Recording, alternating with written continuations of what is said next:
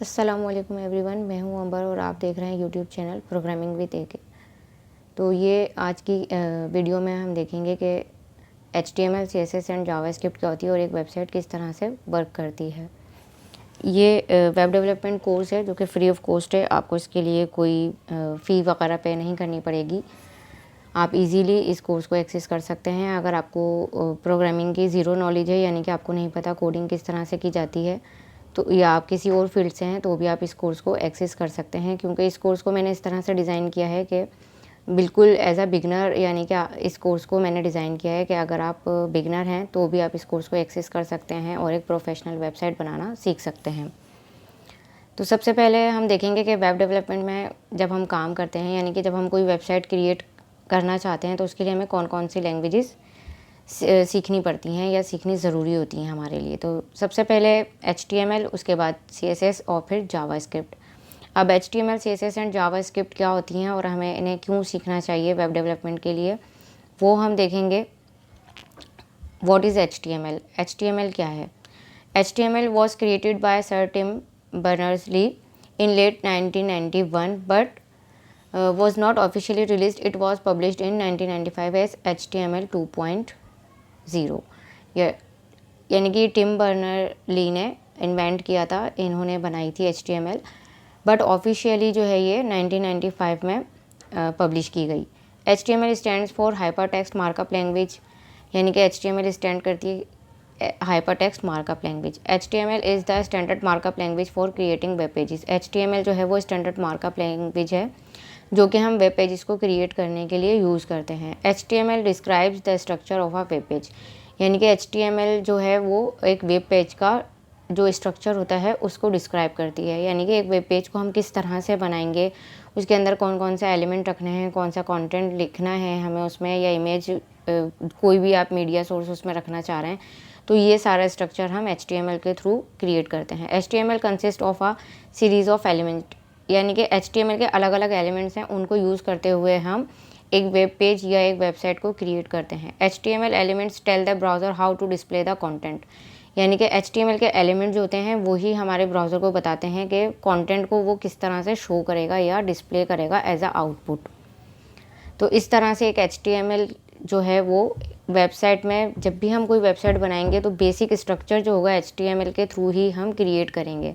तो इसलिए हमें सबसे पहला जो हमारा स्टेप होता है किसी भी वेबसाइट को बनाने के लिए या वेब डेवलपमेंट को सीखने के लिए, वो होता है HTML सीखना।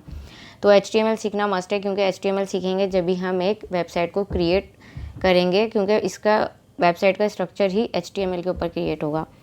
उसके बाद जो हम लैंग्वेज सीखते हैं वो होती है CSS। CSS क्या है? 1994 में हैकन वेयम लाए propose the ideas of CSS। 1996 the first version of CSS was invented, यानी कि CSS का फर्स्ट वर्जन 1996 में इन्वेंट किया गया था। CSS stands for cascading style sheet, यानी कि CSS की जो एब्रीविएशन है वो है कैस्केडिंग स्टाइल शीट।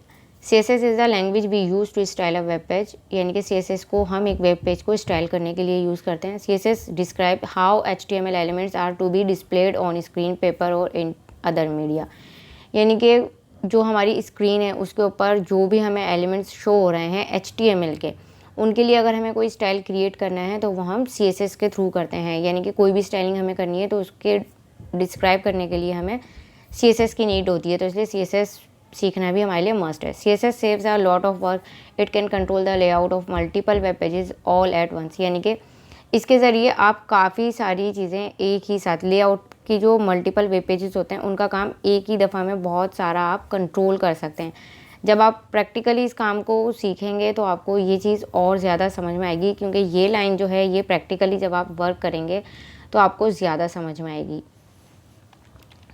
उसके बाद है JavaScript. What is JavaScript? JavaScript was created at Netscape Communications by Brendan Eich in 1995। तो जावास्क्रिप्ट जो है वो भी 1995 में इन्वेंट हुई। JavaScript is the world's most popular programming language. JavaScript जो है वो world's most popular programming language है। जावास्क्रिप्ट को अगर आप देखें तो आज के टाइम में बहुत ही ज़्यादा जावास्क्रिप्ट यूज़ की जाती है वेबसाइट बनाने के लिए।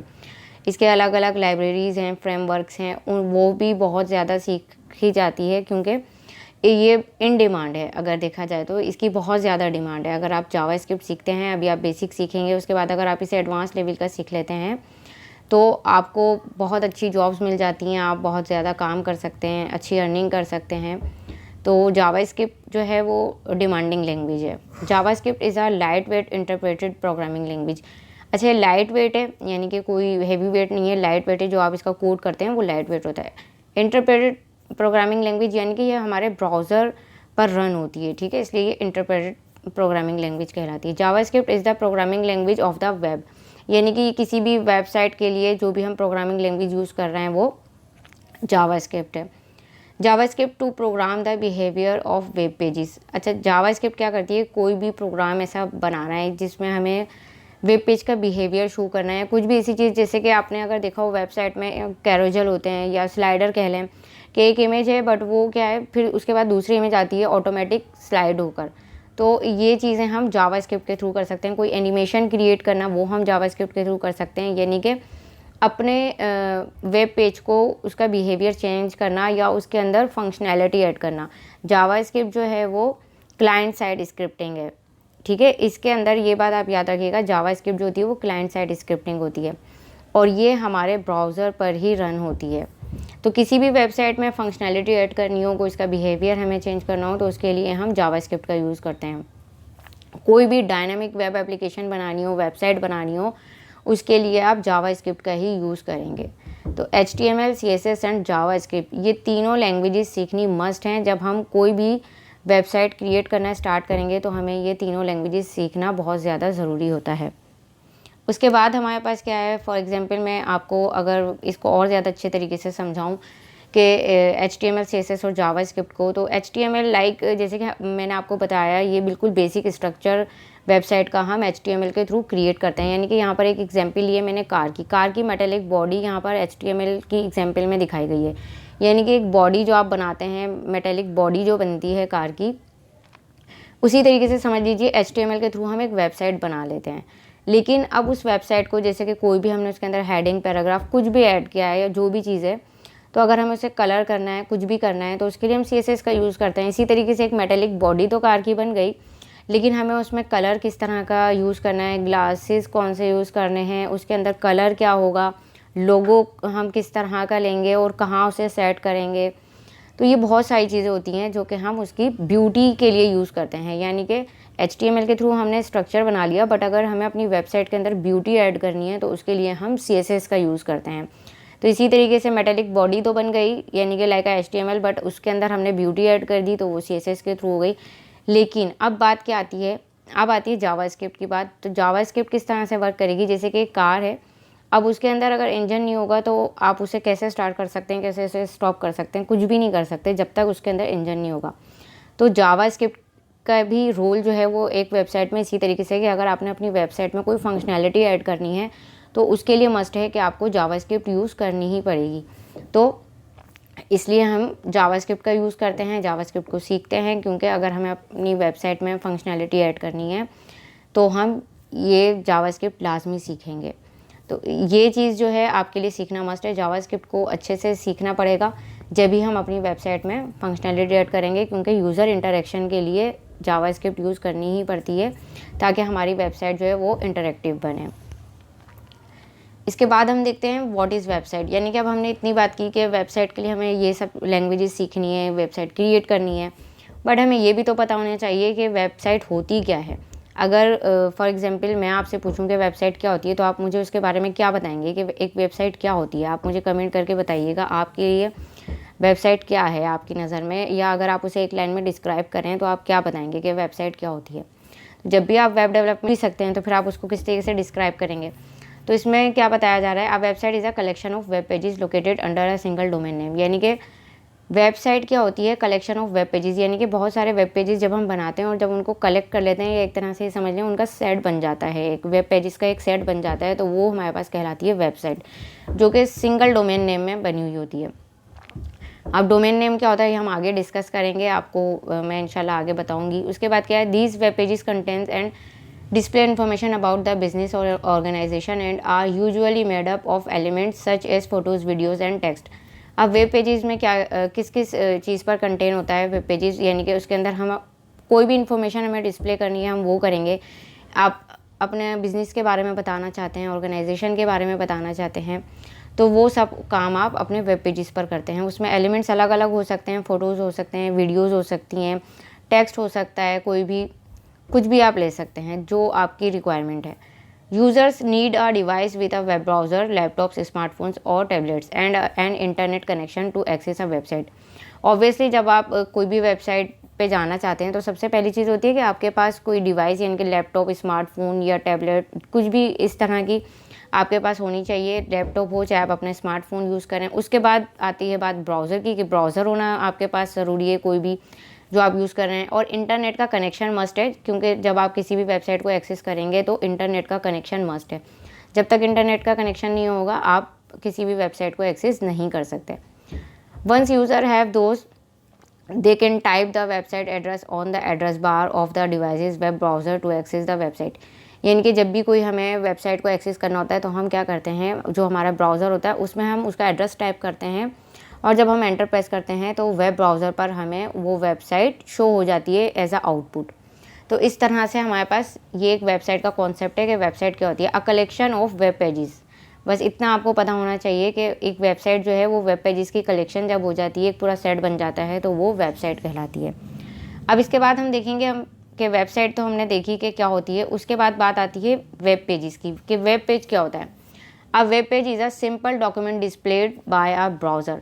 यानी कि वेब पेज क्या होता है, एक सिंपल सा डॉक्यूमेंट है जो कि आपको ब्राउज़र पर डिस्प्ले हो रहा होता है। या इस तरह से समझ लें, जो भी आप कोई भी आपने वेबसाइट देखी हो, यूट्यूब है या फेसबुक है या जो भी आपने वेबसाइट एक्सेस की हो कभी, तो उसमें अलग अलग पेज होते हैं। जैसे कॉन्टेक्ट के फॉर्म का एक अलग पेज होता है, अबाउट का अलग पेज होता है, टर्म्स एंड कंडीशन का या प्राइवेसी पॉलिसी का या शॉप का, जो भी उस वेबसाइट में पेजेस होते हैं वो अलग अलग होते हैं। वो क्या होता है, वो एक डॉक्यूमेंट होता है जिसके अंदर इन्फॉर्मेशन वगैरह डिस्प्ले की हुई होती है, तो ये एक वेब पेज कहलाता है। Such documents are written in the HTML language. ये जो भी डॉक्यूमेंट होते हैं ये HTML लैंग्वेज में लिखे हुए होते हैं।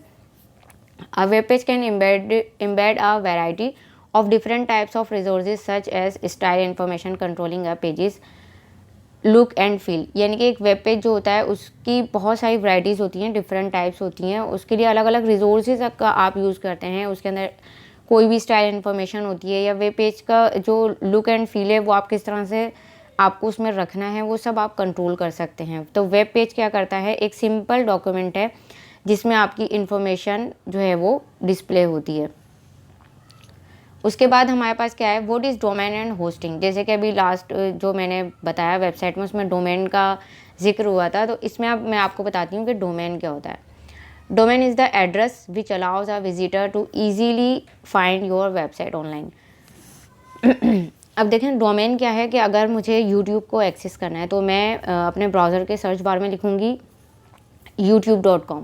अब youtube.com जो मैंने लिखा है उसमें यूट्यूब जो है वो उस वेबसाइट का डोमेन नेम है, यानी कि वेबसाइट का कोई भी जो नाम होता है वो उसका डोमेन नेम होता है।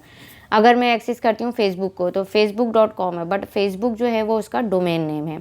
इसी तरीके से google.com, तो गूगल जो है वो डोमेन नेम है। इसी तरीके से हर वेबसाइट का जो नाम होता है वो उसका डोमेन नेम होता है। और एक मरतबा अगर किसी ने कोई डोमेन नेम परचेस कर लिया है तो दूसरी वेबसाइट वही नहीं रख सकती, बल्कि आप उसमें कुछ क्या कर सकते हैं, उसको डिफ्रेंशिएट कर सकते हैं अलग से। यानी कि कोई भी नाम है तो आप उसमें कोई स्पेलिंग अलग कर दें या कुछ भी इस तरीके से। सेम नेम नहीं हो सकता कि 2-3 वेबसाइट हैं उनका सेम नेम हो, ऐसा नहीं होता। एक वेबसाइट के लिए एक ही डोमेन नेम दिया जाता है, और एक डोमेन नेम अगर किसी ने परचेस कर लिया तो वही डोमेन नेम दूसरे किसी यूज़र को नहीं दिया जाता।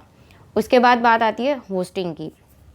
तो अगर आपको अभी मैं डोमेन नेम का ही बता देती हूँ कि आपको अगर कोई वेबसाइट को एक्सेस करना है तो उसके लिए आप उसका डोमेन नेम लाजमी यूज़ करेंगे, ठीक है। वो क्या करती है, which allow a visitor to easily find your website online, यानी कि आपकी वेबसाइट को ऑनलाइन ले आती है वो। यानी कि अगर अभी हम जो वेबसाइट बनाएंगे वो लाजमी बात है, अभी आप एज अ बिगनर बना रहे हैं तो आपको डोमेन एंड होस्टिंग लेने की कोई ज़रूरत नहीं है। अभी आप सीख रहे हैं, अभी आप जस्ट सीखने के ऊपर फोकस करें। उसके बाद डोमेन एंड होस्टिंग वो बात की बात आती है, बट मैंने आपको इसलिए बताया कि आपको कोई कन्फ्यूजन नहीं हो कि डोमेन एंड होस्टिंग क्या होती है, आपको पता होनी चाहिए। तो अगर आप चाहते हैं कि आपकी वेबसाइट ऑनलाइन आए, यानी कि जब कोई आपकी वेबसाइट को सर्च करे अपने ब्राउज़र में, तो आपकी वेबसाइट उसको शो होनी चाहिए, ऑनलाइन आनी चाहिए आपकी वेबसाइट।